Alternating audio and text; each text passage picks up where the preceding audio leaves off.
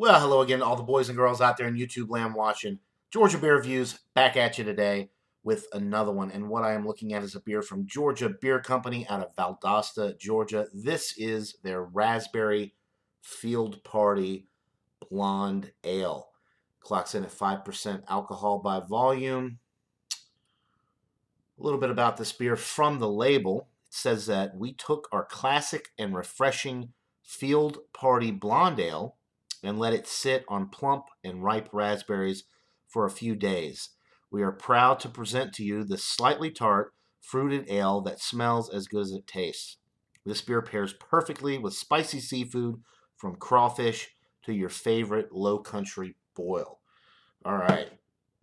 I love blonde ales. I love raspberries. I love fruited ales. So I think this is going to be right up my alley. And at 5%, you get a nice sessionable brew on your hands. Let's give it a pour here. Okay. So I was expecting it actually to be blonde because it is a blonde ale. But when you take a blonde ale and you age it on raspberries, that's what you get.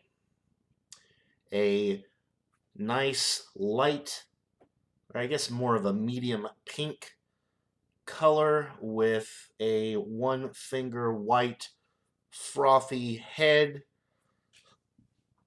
Nice streaming bubbles going up the glass. Very clear, not hazy, no sediment, particulate matter, anything like that floating around in here. Okay, so I'm definitely getting the raspberries on the nose, but it's not too much. I mean, that's not the only thing I'm getting. I immediately get through those raspberries and I'm picking up on a nice bready malt character.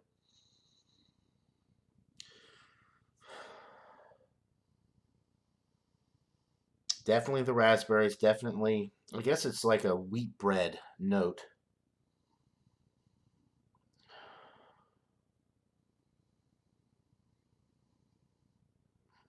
It does smell like it's going to be very tart, almost like a goza or a sour ale, really. Blonde ale is typically very light and refreshing, so when you add a fruit to the mix, like a raspberry, which is very tart and refreshing, one of my favorite berries, the raspberry is just an incredible combo, I think, with a blonde ale. But I'm getting ahead of myself. Let's see how it actually tastes. It smells absolutely delightful, though. I'm salivating here. The nice bready malt character and those raspberries are really shining through with the aroma on this one. So without further ado, let's get into this brew. Cheers, guys.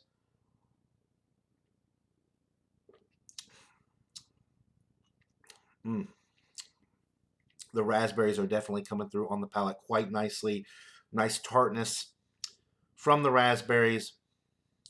The middle of the sip, bready, bready, bready. Really nice bready center with this. Not so much wheat bread, though. Just a nice white bread component in the middle of the sip. Maybe white bread crust. I was thinking it was going to have more of a wheat note, but I'm not really getting wheat with this.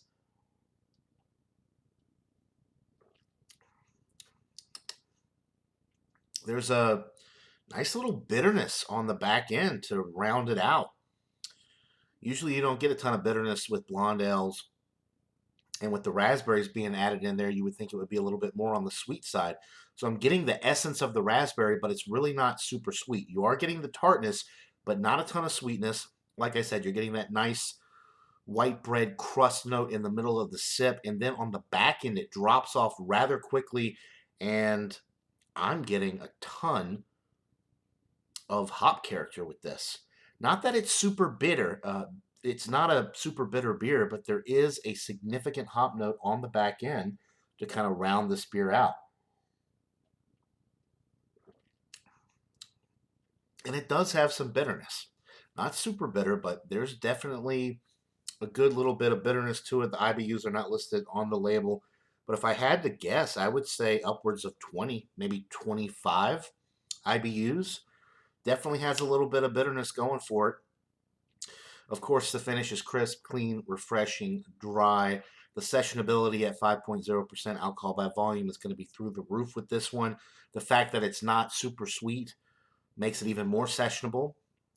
So you're getting the raspberry flavor without a ton of the sweetness, and that nice bready center really makes it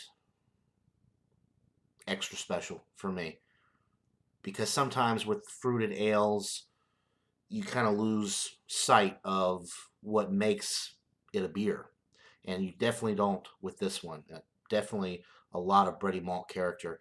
The carbonation is on the medium side. It's super light bodied, like I alluded to earlier. Very crisp, clean, refreshing, dry. Absolutely would be a great beer to drink on a hot day, but pretty much any time of the year, you could drink quite a few of these, no problem, and it would bring you a lot of enjoyment. Very, very nice beer. They did a great job with this. Looking forward to trying some more brews from Georgia Beer Company out of Valdosta, Georgia. I've seen some of their beers around, but I haven't really tried any up until now. So I'm very pleased with this beer, and I will be buying more Georgia Beer Company beers in the future. I'm gonna go with I'm gonna go with a 95 out of 100. It's a solid A. It's right down the middle.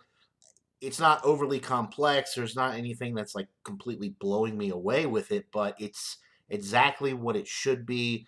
It's light, it's crisp, it's clean, it's refreshing. It's got that dry finish. It's got the nice hop bite.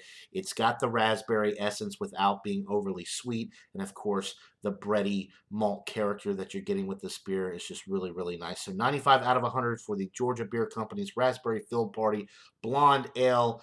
If you live in Georgia or anywhere and see this beer, definitely worth checking out. It was $9.99 for the 6-pack, so not a terrible beer, or not a terrible price.